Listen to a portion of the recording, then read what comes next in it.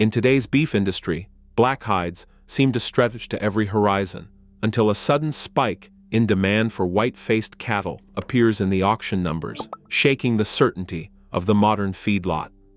This surge signals that America's original beef breed is quietly staging a comeback few experts predicted. What could possibly drive thousands of ranchers to question everything they believed about profit, survival, and the bloodlines behind their herds? The answer begins far back, before a frozen catastrophe on the plains forced the first great shift in American cattle history. Henry Clay stood at the edge of his Ashland estate in Kentucky in 1817, convinced the future of American cattle would be shaped by something new. That year, he arranged for the first shipment of Herefords from England, a single bull and 2 females, hoping to spark a revolution in American beef. Clay believed in animals bred not just for muscle, but for rich, marbled beef. Letters in the Ashland archives show his excitement as he described the Herefords' broad frames and gentle temperaments to fellow breeders, painting a picture of cattle that could transform the American table. But the country was not ready. In the early 1800s, the American market did not want fat cattle. Oxen were prized for their strength, not their meat, and settlers needed animals that could haul wagons west, not just fill dinner plates. The Herefords, thick-bodied and slow-moving, seemed out of place among the long-legged hardy breeds that had carved trails across the continent. Clay's imported bull, named Albert, sired a handful of calves, but the bloodline fizzled almost as soon as it began.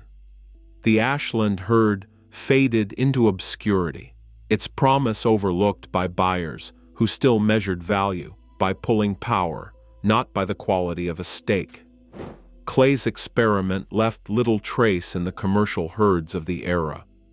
The Herefords he championed were scattered or quietly sold off, their descendants blending into the background of Kentucky pastures.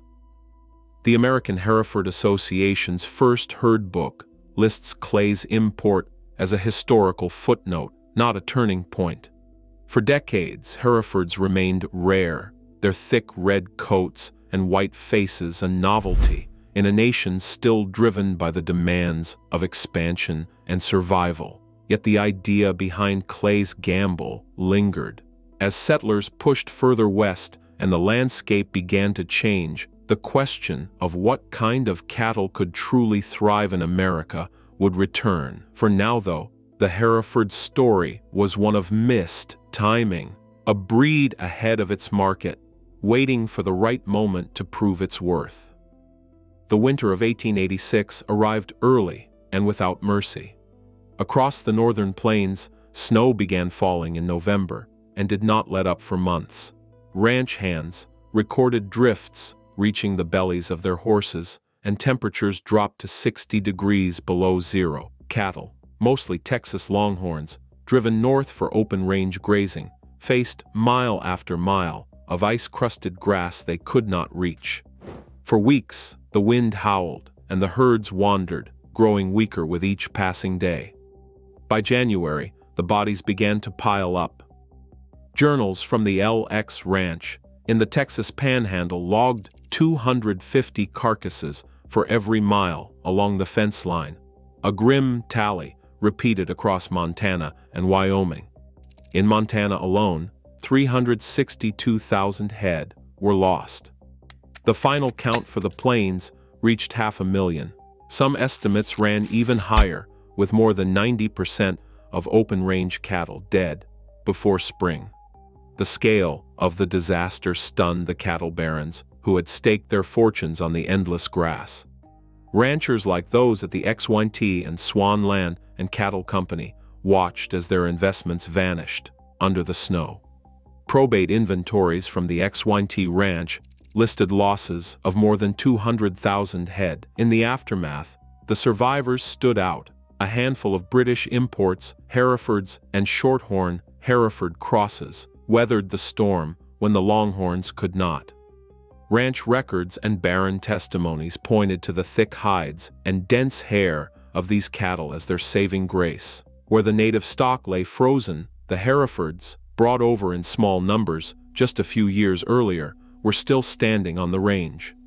The lesson was impossible to ignore. The open range, once ruled by the wiry longhorn, had become a graveyard.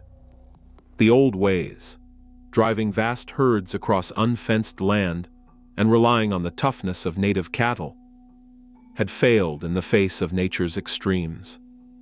As the snows melted and the rivers swelled with runoff, ranchers began to reconsider what kind of animal could survive and even thrive in the unpredictable American West. Contracts for new breeding stock shifted overnight.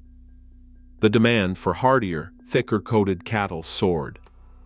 The Hereford, once overlooked, had proven its worth not in the show ring or the butcher's block, but in the crucible of survival. The white face became a symbol of endurance, and the American cattle industry would never be the same. Ranchers across the American West began to notice something remarkable as the dust from the die-up settled. When Hereford bulls were turned out with the mixed herds, the calves that hit the ground almost always carried the same signature: red bodies with bright, white face. Early breeding logs from the Swanland and Cattle Company, dated 1902, describe pastures filled with these instantly recognizable calves. The white face was not just a quirk, it was a genetic calling card. Unlike most cattle traits, which blend or skip generations, the Hereford dominant allele stamped its mark on nearly every cross. Ranch hands joked that you could spot a Hereford calf from half a mile away, even in a sea of brown and black hides. The numbers backed up the stories.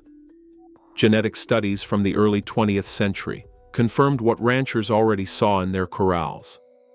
Over 95% of calves from Hereford sires and cues of any other breed inherited the white face. This trait became the first visual brand in American beef, a guarantee of hardiness and beef quality that buyers could trust at a glance. In the open markets of Dodge City and Kansas City, commission men began to sort cattle by color, knowing that a pen full of white faces would fetch a higher price per head.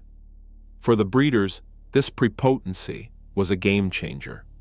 It allowed them to quickly reshape the look and reputation of vast herds. Letters from breeders in Wyoming and Nebraska, preserved in the American Hereford Association archives, show how ranches shifted their entire business models to capitalize on the trait. They wrote about Hereford bulls as range improvers, animals that could turn a patchwork herd into a uniform high-value group in just a few seasons. By 1910, the white face was so common on the range that it became shorthand for quality beef, and ranchers who resisted the trend found themselves left behind in the marketplace. This genetic dominance set the stage for the breed's rapid spread. The Hereford was not just another import, it was a force of nature in cattle genetics, reshaping the American beef industry from the inside out. The white face became more than a symbol of survival. It was proof of a breed that could leave its mark on every calf, every sale, and every supper table from the plains to the cities. In the spring of 1901, Warren Gammon walked the pastures of his Iowa farm, notebook in hand, eyes fixed on a group of Hereford calves that looked different from all the rest. 11 of them, scattered among the herd, stood out not for their color or size, but for what they lacked: horns. In an era when every Hereford bull and cow grew a formidable set, these calves were hornless, a curiosity that drew skepticism from neighbors and disbelief from established breeders of the day. Hornless Gammon saw more than a genetic oddity. He recognized a solution to a problem every rancher faced: the brutal time-consuming job of dehorning. In those days, removing horns from young cattle was a bloody dangerous chore, costing precious hours and risking infection or injury to both animal and handler. Letters from Gammon to fellow breeders, now preserved in the American Hereford Association archives, reveal his conviction that this so-called freak line could save ranchers a fortune. He wrote to his son, that God has sent us a gift, let us not squander it. Gift. Determined to prove the value of his discovery, Gammon isolated the hornless calves, tracing their lineage back to a single Hereford bull, named Oxford No. 87Y. He bred them carefully, year after year, culling any offspring that sprouted even a hint of horn. By 1903, he had established a small but stable herd of naturally polled Herefords. The reaction from the Hereford establishment was swift and harsh. Letters and editorials from the time called the polled cattle impure and warned they would dilute the breed's reputation. Some breeders demanded that the American Hereford Association refuse to register the hornless line, fearing it would undermine the breed's image of rugged horned power. Polled. But the logic of labor and economics would not be denied. As news of Gammon's herd spread, practical-minded ranchers began to take notice. The cost of dehorning averaged $5 to $10 per head, a significant expense in an industry where margins were tight. With polled Herefords, that cost vanished overnight. By 1910, demand for hornless stock had grown so strong that a separate polled Hereford registry was created, and within a decade, polled genetics began to spread across the West. Demand. Gammon's simple act of observation and persistence changed the calculus of cattle ranching. The polled mutation, once dismissed as a sideshow, became a competitive edge. It freed ranchers from a dangerous, expensive tradition and positioned the Hereford as not just a survivor, but a breed that could save time, money, and even a few fingers along the way.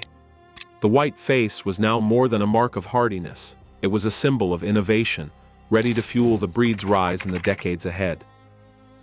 By the 1920s, the American West was a patchwork of red and white. Census records from 1935 show that more than 70% of the nation's beef cows traced their lineage to Hereford sires. From the rolling grasslands of Nebraska to the rocky hills of New Mexico, the Hereford had become the undisputed ruler of the range. This was not just a matter of numbers, it was a triumph of adaptation. Unlike other breeds that struggled on the sparse, wind-burned forage of the plains, Herefords thrived where grain was scarce and grass was thin.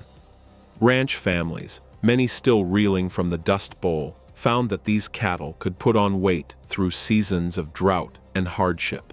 Letters from the American Hereford Association archives tell of herds that doubled in size without a single sack of supplemental feed. The post-war years brought new prosperity and a growing appetite for beef, as suburban America fired up backyard grills and supermarkets filled their coolers. The demand for beef soared. Hereford herds expanded to meet it, driving the breed's population to its all-time high by the late 1950s. State fair champions and county extension reports from this era read like a roll call of Hereford bloodlines. Names like Anxiety Fourth and Prince Domino became shorthand for quality and consistency. In survey after survey, commercial operators reported that no other breed could match the Hereford's ability to fatten on rough country. The breed's dominance was so complete that for a generation, to raise beef in the West meant raising Herefords. The white face was more than a badge of survival. It was a symbol of prosperity, stamped across the open range and the dinner tables of a booming nation. By the early 1970s, the American dinner table was changing. Magazine covers and nightly news warned of the dangers of saturated fat, and beef became the next target in the health craze sweeping the nation. The Hereford, once celebrated for its ability to put on weight in the harshest conditions, suddenly faced a new kind of scrutiny. Consumers began to turn away from cuts laced with creamy back fat, opting instead for leaner steaks and roasts. Nutrition headlines called for less tallow and more trim, and butchers found themselves carving away the very trait that had made the Hereford famous. Packers, always chasing the latest market signals, responded with ruthless efficiency. Internal memos from major processors in 1978 detailed the new reality. White-faced cattle, once the gold standard, now brought a $3 to $5 per hundredweight discount at the sale barn. Buyers labeled them wasteful, citing the cost of trimming excess fat and the lower value of white hides in the leather market. Ranchers saw their profits evaporate almost overnight. Sale records from Kansas and Nebraska show a sharp drop in Hereford prices, while Angus and exotic European breeds, sleek, black-hided, and naturally leaner, began to climb. That same year, a group of Angus breeders launched a bold experiment. Certified Angus beef, spelled C-A-B, debuted with a simple message: black hides meant quality. Their advertising campaign blanketed trade journals and meat counters, convincing both packers and consumers that only Angus beef could deliver the flavor people craved without the guilt. Within months, the old visual shorthand of the white face was flipped on its head.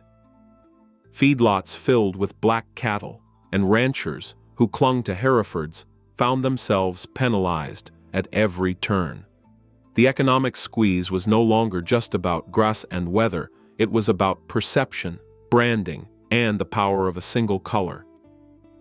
Veterinary records from the late 1970s tell a different story than the one written in show ring ribbons and sale barn receipts. On ranches from Texas to Montana, Hereford calves blinked through swollen, weeping eyes, victims of infectious bovine keratoconjunctivitis, better known as pink eye. The problem was not just cosmetic. Unpigmented eyelids, a hallmark of the classic white face, left the cornea exposed to sun and dust. Lesions formed quickly, sometimes blinding the animal, or leading to a more sinister diagnosis called cancer eye. Breeding logs and university extension bulletins from the era document culling rates that spiked to 15% in some herds, with veterinarians warning of permanent vision loss and mounting treatment costs. For ranchers, the labor of doctoring eyes, with rope, ointment, and hope, became a season-long burden. At the same time, a new crisis was quietly taking root in the seed stock business. Competitive pressure from European imports and Angus breeders led Hereford operations to chase size at all costs. Frame score 9, once unheard of, became a selling point. Bulls and cows stretched taller each year, with hip heights rivaling draft horses. Calving records from the American Hereford Association in the 1980s show a dramatic jump in mature cow height and weight. But the gains came with a price. Pasture logs reveal that these towering animals struggled to graze efficiently. Their udders, set high off the ground, left newborn calves searching for milk. The practical rancher cow, once valued for thrift and function, became a caricature of excess, expensive to feed and difficult to manage. By the end of the decade, commercial buyers had taken notice. Sale barn receipts show a sharp decline in prices for white-faced cattle, especially those with tall frames and visible eye issues. The Hereford, once king of the range, now stood on the edge of commercial irrelevance. Undermined by biology, blinded by sun, and stretched out of its own best shape. By the dawn of the 2000s, the Hereford breed faced a reckoning. The American Hereford Association launched a sweeping review of the national herd, determined to root out the very problems that had nearly erased the breed from commercial relevance. Breeders pored over decades of sale records, health logs, and calving reports, searching for patterns that explained the decline. The findings were blunt: too many tall, inefficient cattle, too many calves with sunburned, weeping eyes, and too many prolapses and structural faults that cost ranchers money and peace of mind. A task force of progressive breeders and geneticists began the work of rebuilding from the inside out. The association's board minutes from 2001 to 2009 document a period of intense culling, nearly 1 in 5 sires removed from the registry for failing to meet new standards. The focus was relentless: restore pigment around the eyes to prevent blindness and cancer, shrink the towering frames back to practical size, and eliminate the reproductive problems that had haunted the breed for a generation. Breeders selected for goggle eyes, the dark pigmented rings that shielded calves from sun and dust, marking a visible shift in the national herd. This was not a cosmetic fix. Every decision was backed by data, with breeders using early expected progeny differences, EPDS, to track progress on eye pigment, birth weight, and structural soundness. The association's records show a steady rise in the percentage of calves born with full pigment and moderate frames, while complaints about prolapse and eye issues dropped sharply. By the end of the decade, the Hereford was no longer a caricature of its former self. The groundwork was laid for a new era, one where the breed's legendary efficiency and adaptability could be proven, not just claimed, in the trials that would follow. In a quiet lab at Kansas State University, a row of Hereford heifers stepped up to a set of electronic feed bunks, each fitted with sensors and digital scales. The technology, called GrowSafe, tracked every bite of hay and every pound gained, stripping away guesswork that had clouded cattle breeding for generations. For the first time, researchers could measure exactly how much an animal ate compared to how much muscle it put on. Over the course of a 51-day trial, the data told a clear story. Herefords, on average, needed less feed to reach the same weight as their peers with black hides. University trials showed Herefords with low residual feed intake consuming up to 23% less dry matter than the highest consumers, without sacrificing growth or fertility. The average Hereford scored a residual feed intake of -0.2 compared to other breeds, a number that translated directly to dollars when feed costs soared. The impact went beyond the lab. Ranchers and feed yard managers, used to relying on tradition and intuition, now had proof that efficiency could be bred and measured.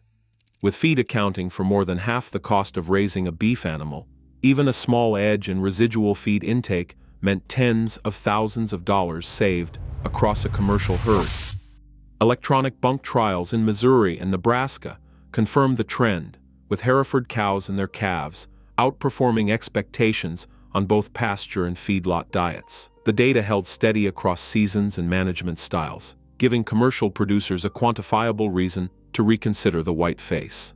As the numbers circulated through industry meetings and breed association reports, the old argument about Hereford thriftiness gained scientific backing.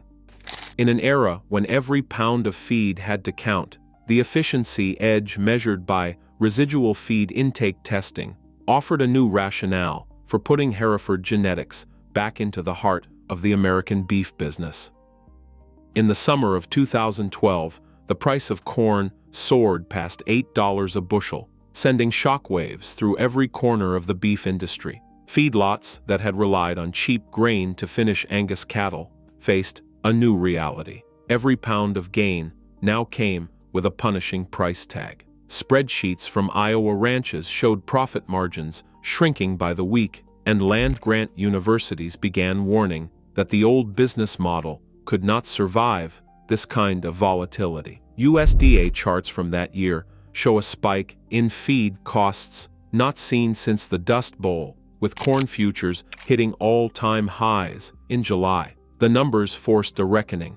For years, the industry had selected for cattle that could convert grain into marbled beef quickly. But as the cost of every mouthful climbed, efficiency became more than a buzzword. It was a matter of survival.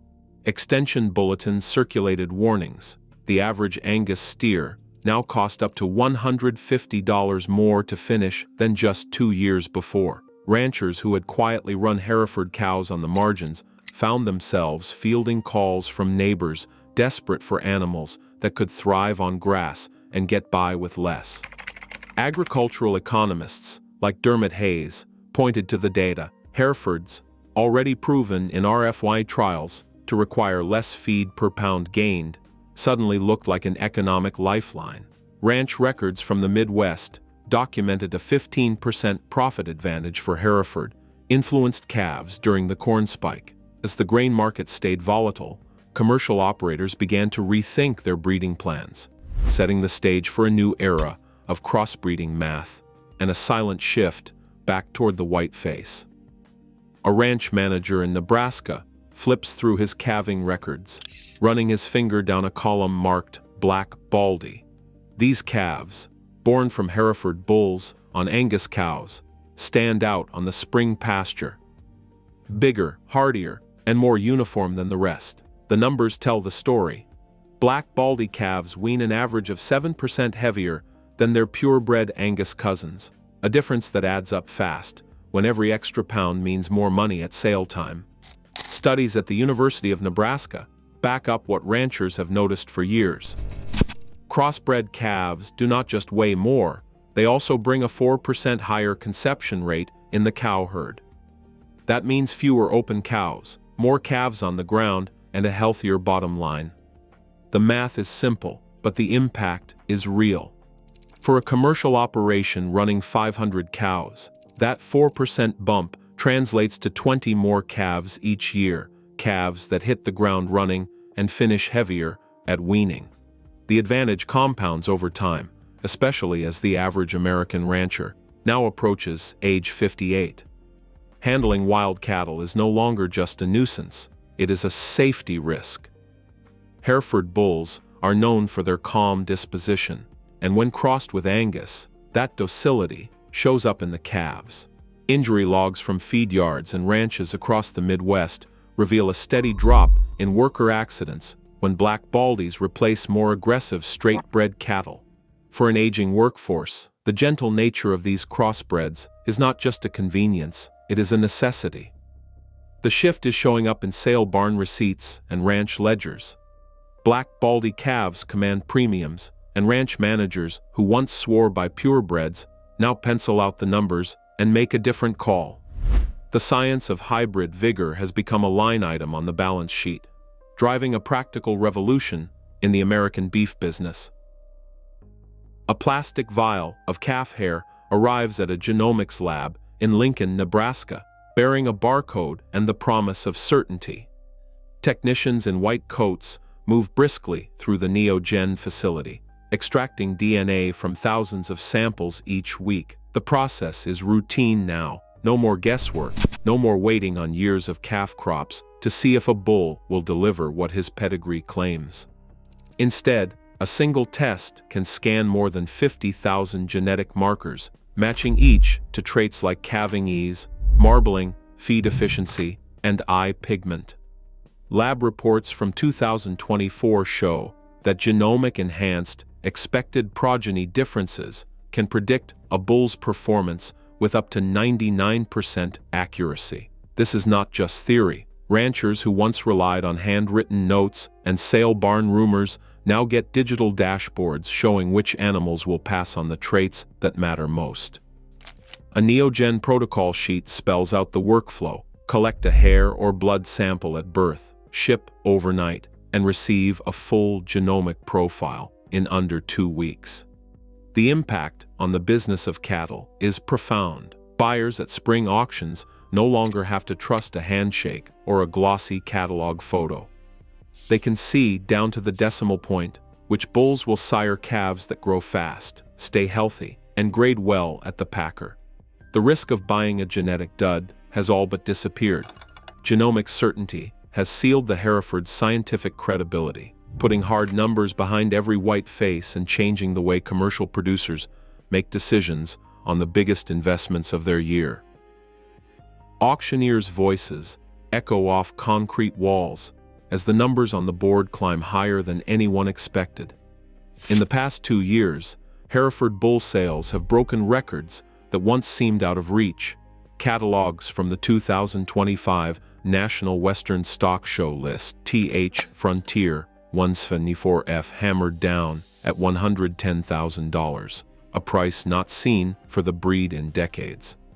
A few months later, another Hereford NJW 73S 8808 Trust 114Y brought $105,000 at a Kansas sale, with commercial buyers snapping up top lots for crossbreeding programs. Sale logs show Hereford bulls averaging over $10,000 at marquee events across the plains, with volume buyers citing feed efficiency and docility, plus genomic scores as their reasons to bid. Seed stock breeders who weathered the lean years now watch their barns fill with out-of-state trailers. Superior Livestock's digital ticker shows Hereford lots outselling Angus in head-to-head auctions 15% of the time, a reversal of fortune few predicted a decade ago.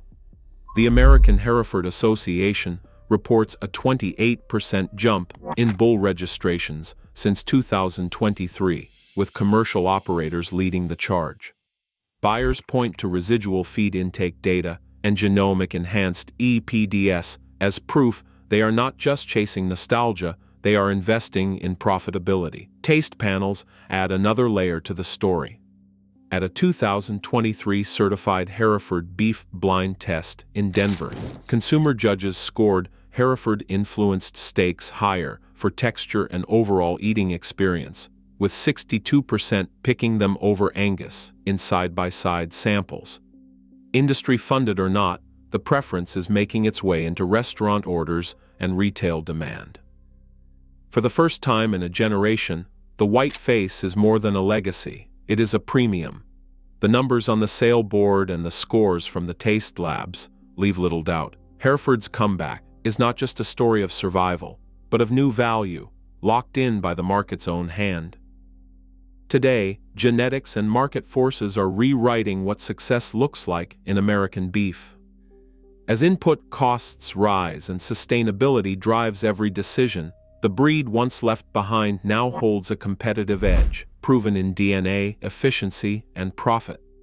The white face isn't nostalgia, it is a blueprint for surviving the next cattle cycle. In an industry built on tradition, adaptability remains the rarest trait. What traits will your herd carry forward? Share your thoughts below.